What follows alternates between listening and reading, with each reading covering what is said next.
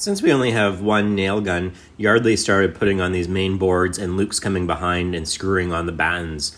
So it's more of a one-piece flow.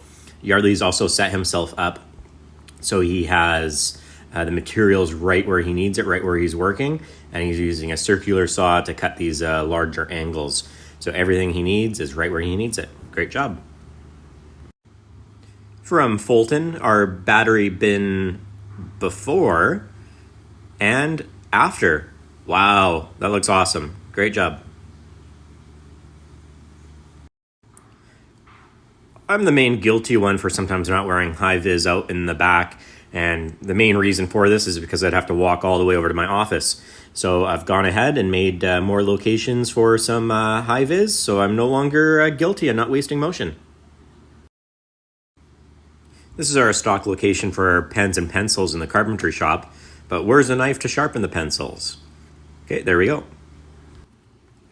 Luke showing a great example of value and non-value. So he has to mark out and put on 28 hinges. So instead of measuring each time and maybe having some be different, he's made a story stick. So a story stick's just a piece of wood with all the measurements laid out, which tells the story of where all the hinges go. Awesome job.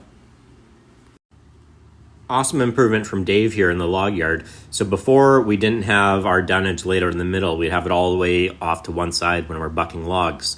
But he's made a runway with 2 roads for the excavator to go down. So he can have his inventory, the coming in new inventory on the left-hand side.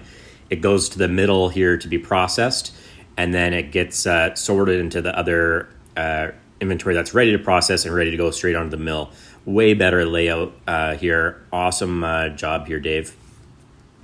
Here's a pretty efficient work cell I made today. So I have my incoming inventory at a working height with sticks down, so there's no defect onto the material. The material gets cut to length there, and where I was doing my final measurement, I wrote the measurement down wherever you ask the question. The answer is, then the pieces would come over to the CNC. While the CNC is processing one, I would I would router the edges and do the final sand, and then cut the next one to length. So there was always value being added even while the CNC was working. And this is a one-piece flow cell. So really one piece is kind of getting worked on at a time all the way through. And yeah, turned out great, and thanks so much.